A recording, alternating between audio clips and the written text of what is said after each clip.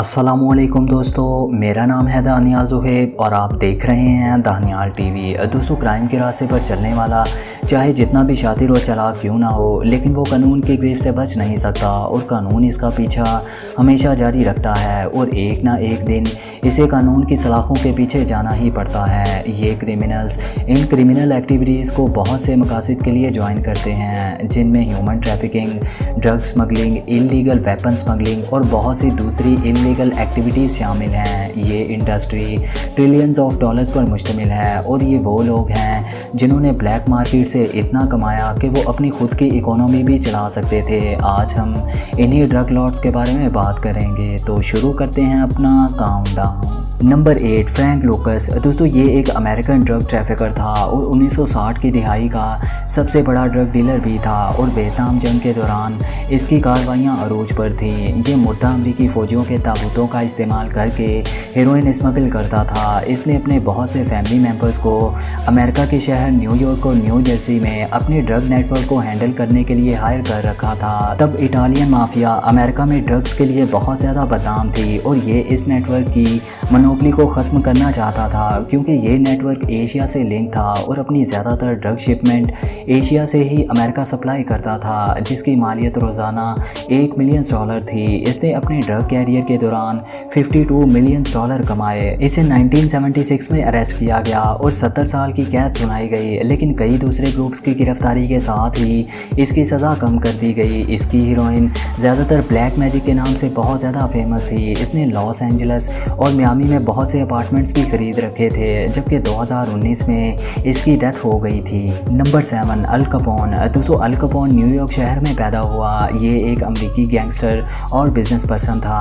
बचपन से ही ये 5 पॉइंट बदनामे ज़माना गैंग में शामिल होकर शिकागो चला गया, जहां ड्रग लॉर्ड जॉनी टेरियो के गैंग में शामिल हो गया। लेकिन जॉनी टेरियो को जल्द ही इसके एक गनमैन ने मौत के घाट उतार दिया। इसके बाद गैंग का सारा कंट्रोल इसके हाथ में आ गया और पूरे अमेरिका में अल्कोहल का सबसे बड़ा सप्लायर बन गया। इसकी इनकम के कई सोर्सेज थे, जिनमें इसने $60 मिलियन अल्कोहल, $25 बिलियन गैम्बलिंग और $20 मिलियन दूसरे इलीगल सोर्सेज से हासिल किए थे। इसने 600 अफराद अपने इलीगल बिजनेस को हैंडल करने के लिए ही हायर कर रखे थे। इस पर पुलिस अहदेदारों, जजेस और यहाँ तक कि शिकागो के मेयर पर भी रिश्वत देने का इल्ज़ाम था, जबकि इसने अपने ड्रग कैरियर में $1.3 बिलियन कमाए। इसके साथ ही इसे स्कारफेस के नाम से भी जाना जाता था। नंबर 6, कोनसा। दोस्तों, इसका असल चीनी नाम जॉन कैफू था। ये म्यांमार में बड़े पैमाने पर कोकीन की स्मगलिंग में मुलव्विस था। इसके अलावा इसे कोकीन किंग के नाम से भी जाना जाता था। इसने अपने ड्रग कैरियर का आगाज़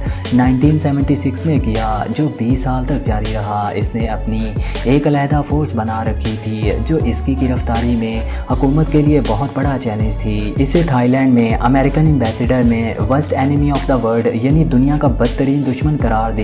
लेकिन इसके साथ ही इसे थाईलैंड और बर्मा गवर्नमेंट के कुछ अहदेदारों की सपोर्ट भी हासिल थी। आखिरकार अमेरिकन ड्रग इन्फोर्समेंट एडमिनिस्ट्रेशन ने इसका दूसरे मुल्कों के साथ ड्रग नेटवर्क तोड़ दिया, जिसके बाद 1996 में इसने म्यांमार गवर्नमेंट के सामने हथियार डाल दिए। लेकिन इसकी फोर्स ने ऐसा ना किया और कई महीनों तक लॉ इन्फोर्समेंट एजेंसीज का मुकाबला किया। आज इसके बेटे रियल एस्टेट में बड़े इन्वेस्टर और बिजनेसमैन हैं। इसके साथ ही इसने अपने ड्रग कैरियर में $5 बिलियन कमाए। Number 5, Viktor Bout. दोस्तों, ये एक साबिक सोवियत मिलिट्री ट्रांसलेटर था और इसने अपनी study military institute of foreign language से कंप्लीट की थी और अपनी एक एयर ट्रांसपोर्ट कंपनी के थ्रू इलीगल वेपन्स की स्मगलिंग करता था। इसे मर्चेंट ऑफ डेथ के नाम से भी जाना जाता था। ये कोलंबिया की एक गैर मुल्की दहशतगर्द तंजीम को अमरीकी फ़ौजियों के खिलाफ इलीगल वेपन सप्लाई करता था। ये अमरीकी इंटेलिजेंस एजेंसीज के लिए दर्द सर बन चुका था और पुलिस को इसे गिरफ्तार करने में अक्सर नाकामी का सामना करना पड़ता था। लेकिन मार्च 2008 में अमरीकी हुकाम के ताउन से थाई पुलिस ने इसे दहशतगर्दी के इल्ज़ाम में गिरफ्तार किया। इसके बाद इसे अमरीकी फ़ौजियों और शहरियों के कत्ल का ज़िम्मेदार ठहराया और 25 साल की कैद सुनाई गई। इसने अपने वेपन स्मगलिंग कैरियर के दौरान कुल $5 बिलियन कमाए। नंबर 4 दी ओछा गैंग। दोस्तों ये गैंग 1970 की दिहाई में बदनाम ज़माना drug smuggling gang Medellin cartel का हिस्सा था। ये ग्रुप अमेरिका में कोकीन का सबसे बड़ा सप्लायर था और पूरे अमेरिका की 30% कोकीन यही फराहम करते थे। कोलंबियन हुकूमत ने इस गैंग के खात्मे के लिए बहुत से मिलिट्री ऑपरेशंस किए, लेकिन इन्हें कामयाबी हासिल ना हुई और 1987 में फोर्ब्स मैगजीन ने इन्हें दुनिया के 20 अमीर तरीन अफराद की लिस्ट में शामिल किया। कोलंबिया की पुलिस इन्हें पकड़ने के लिए बहुत ज़्यादा एक्टिव थी। सितंबर 1990 में कोलंबिया के सदर ने स्मगलर्स की सज़ाओं को कम करने के लिए पेशकश की, तो इस गैंग ने पुलिस के सामने हथियार डाल दिए और इन्हें 5 साल की कैद के बाद दोबारा रिहा कर दिया गया। Number 3 अमेडो Cairo. दोस्तों ये मेक्सिको में पैदा हुआ था और मेक्सिको का सबसे बड़ा ड्रग लॉर्ड था, जिसे लॉर्ड ऑफ स्काई के नाम से भी जाना जाता था, क्योंकि ये अपने एयरक्राफ्ट्स के थ्रू ही ड्रग स्मगलिंग करता था। इसने अपने ड्रग कैरियर के दौरान मल्टी बिलियन ड्रग एम्पायर खड़ा कर दिया था, जिसके थ्रू इसने 25 बिलियन डॉलर कमाए। इसे दुनिया का सबसे अमीर तरीन ड्रग डीलर भी समझा जाता है। इसके एयर फ्लीट में 22 बोइंग 727 तैयारे शामिल थे। ये तैयारे कोलंबिया से मेक्सिको में कोकीन फराहम करते थे और फिर इन्हें आगे अमेरिका मुंतकिल किया जाता था। इसे पकड़ने के लिए मेक्सिकन और अमेरिकन हुकाम पर दबाव शिद्दत इख्तियार कर चुका था। इसने अपनी पहचान छुपाने के लिए बहुत सी सर्जरीज भी करवा रखी थी, लेकिन आखिरकार 1997 में एक सर्जरी के दौरान ही इसकी मौत हो गई थी।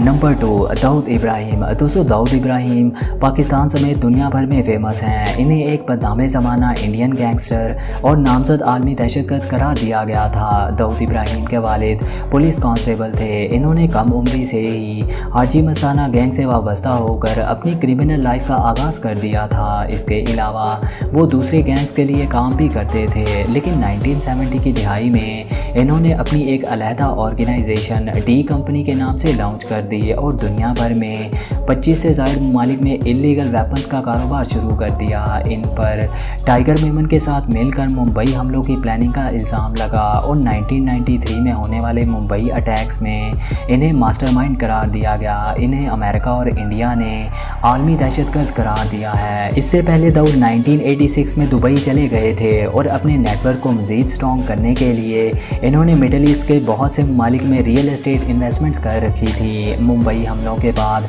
अमेरिका ने भी इनके ताल्लुकात उसामा बिन लादेन से जोड़े और इन्हें most wanted global terrorist declare किया। इनके सर की कीमत 25 मिलियन डॉलर है। इसके साथ ही इनकी नेटवर्थ 25 बिलियन डॉलर है। Number 1 Pablo Escobar. दोस्तों पैब्लो एस्कोबार दिसंबर 1949 में कोलंबिया में पैदा हुआ था। ये माजी का मोस्ट वांटेड और रिचेस्ट ड्रग डीलर था। मंशियात की दुनिया में कदम रखने से पहले ये कार चोरी से लेकर फेक लॉटरी टिकट और यहाँ तक के लोगों को तावान के लिए किडनैप भी करता था। इसे 1982 में कोलंबिया के ईवानी नुमाइंदगान में नायब नुमाइंदे के तौर पर मुंतखब किया गया और इसी हैसियत से पैब्लो ने स्पेन के प्राइम मिनिस्टर की हलफ बर्दारी की तकरीब में कोलंबिया की हुकूमत के बाज़ाब्ता नुमाइंदे के तौर पर शिरकत की थी। दोस्तों कोलंबिया साउथ अमेरिका के नॉर्थ में वाक़या है, जिसकी वजह से यह अमेरिका को कोकीन फराहम करने वाला सबसे बड़ा मुल्क था। एक अंदाजे के मुताबिक 1000 टन सालाना कोकीन अमेरिका स्मगल होती थी।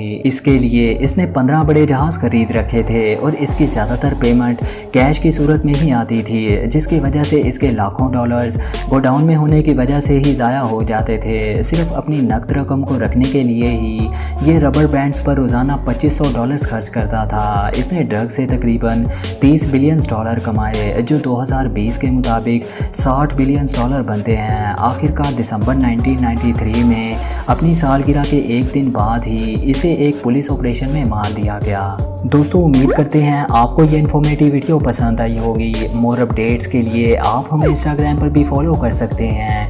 हमारे चैनल को सब्सक्राइब कीजिए और बेल आइकन को ज़रूर प्रेस करें ताकि नई आने वाली वीडियोस के नोटिफिकेशंस आपको मिल सकें।